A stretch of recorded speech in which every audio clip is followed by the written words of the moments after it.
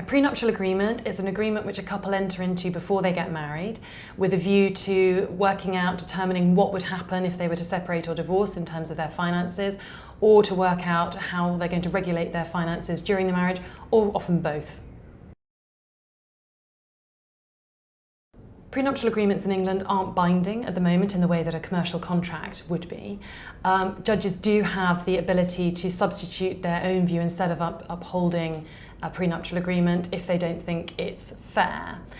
That said, since the case of Radmacher and Granatino in 2010, prenuptial agreements are being upheld in far greater number than ever before, and there is an expectation in very basic terms that if both parties have had legal advice, if they understand what they're signing up to, there's been financial disclosure, etc., then the agreements are expected to be upheld. As a minimum, judges certainly aren't ignoring them, so even if they weren't upheld in their entirety, they do have a huge impact on the outcome of the proceedings in any event.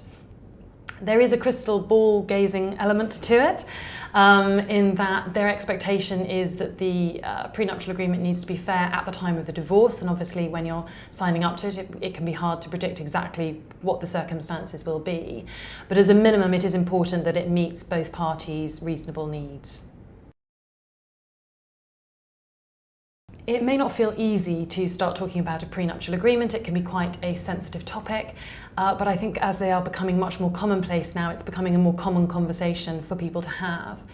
In terms of where they can be particularly useful, I think where one spouse has already generated substantial funds, or perhaps has entered into a business which is expected to do well, they can be very helpful.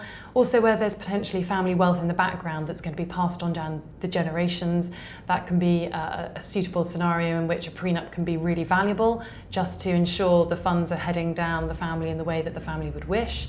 And also perhaps in a second marriage or a second relationship, there may be children from a previous relationship or marriage, and the parties may want to protect those children and their potential financial futures.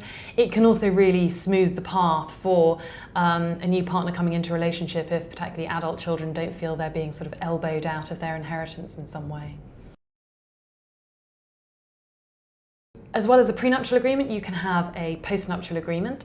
Postnuptial agreements are, in a sense, the same. They do the same job, and they're just as effective as prenuptial agreements are. Sometimes people may have entered into a prenuptial agreement, but things have changed, circumstances have evolved, and they want to change that agreement, so a postnup works well there. But also, it can be a scenario where perhaps there wasn't time for a prenup, or they didn't have a prenup, and in which case a postnup would again work well. They can have particular value for generational wealth planning, when perhaps the older generations are wanting to start passing funds down to the younger generations, but want to do what they can to protect and ensure that those funds are going to stay within the family if there were to be a relationship breakdown in the future. They can be of really good value in those circumstances. Also, obviously lots of people come to England from other countries, from other jurisdictions. They may well have entered into a prenuptial agreement or a matrimonial regime in that other jurisdiction. If they're moving to this country, it's worth thinking about whether or not that's going to be upheld here. Very commonly, if they haven't had English advice before they entered into the agreement or the regime, they won't have met the criteria that the English court would expect to uphold that agreement. And that's where having an English postnuptial agreement can be of real value in trying to ensure that the outcome, if they were to split up, is what they would want it to be.